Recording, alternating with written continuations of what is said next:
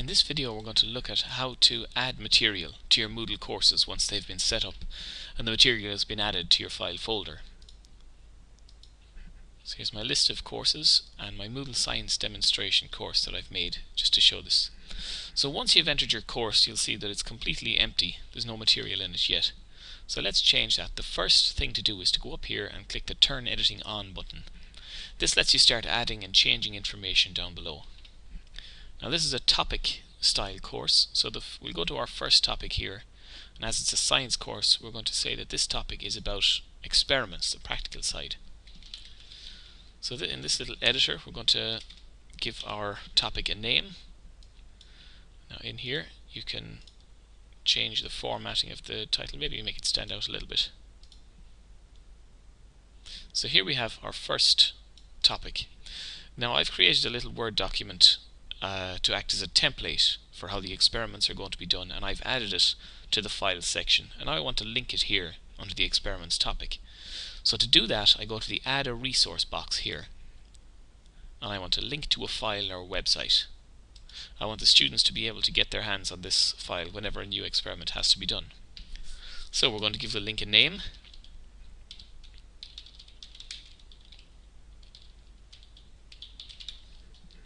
And you can put in a little summary then to further explain it.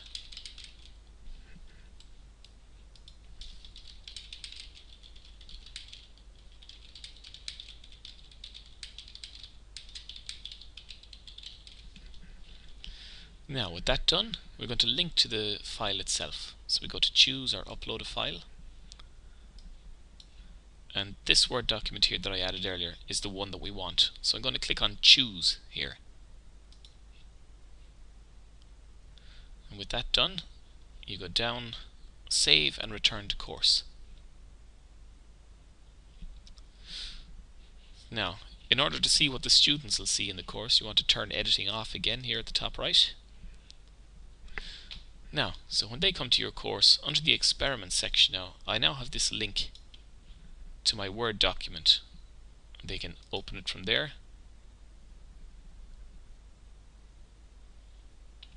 And then they can work away on their template, or they can save it to their own for future use.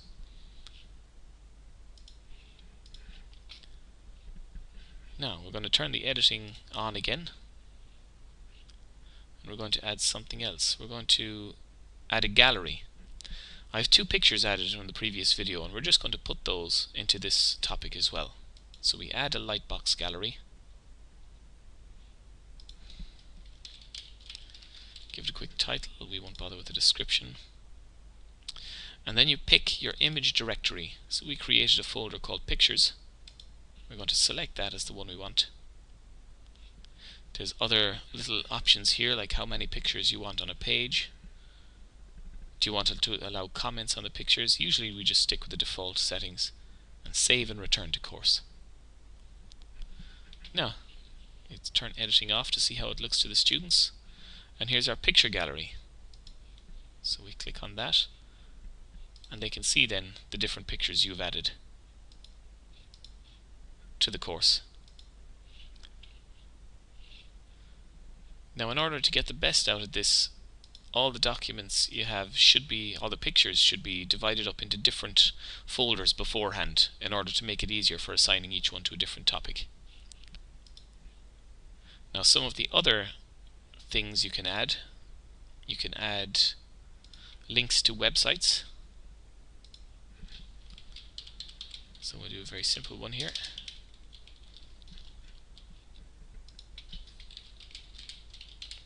Give it a title and save. Now this is a web link added for the students. If they click on it, it'll take them straight to where the link shows. And go back again. Turn editing on to add something else. Now a label is basically just a piece of text that you can add. It might be an announcement, it might be a description, or it could be just more information about the links. So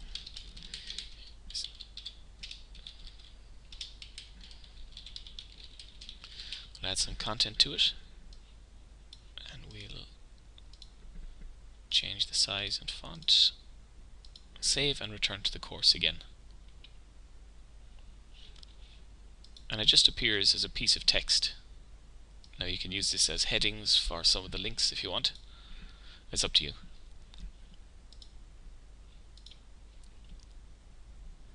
Now you can also include a text page. This might be a longer description, something that's not long enough for a Word document but too long to put within a label.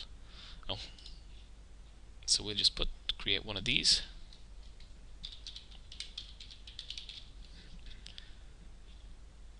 And give it a description. And then the text page itself goes in here. Let's say it's a list of things.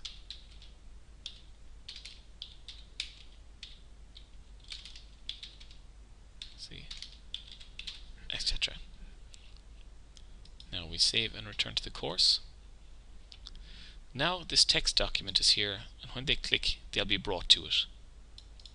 So it can be useful to store information without having to put it in a separate file, but information that's too long to go in just a normal label. Finally, you could display a directory if you want as well. A directory will be one of the directories of files you have open or that you've added things to already in your course. So let's call this the pictures directory. Give it a description, and then you pick which directory you want from this list here. So the only folder we have so far is our pictures one. Save and return.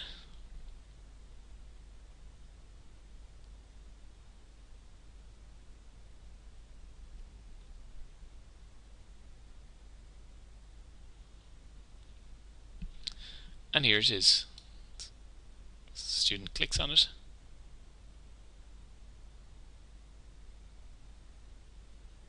And it'll show them the directory itself.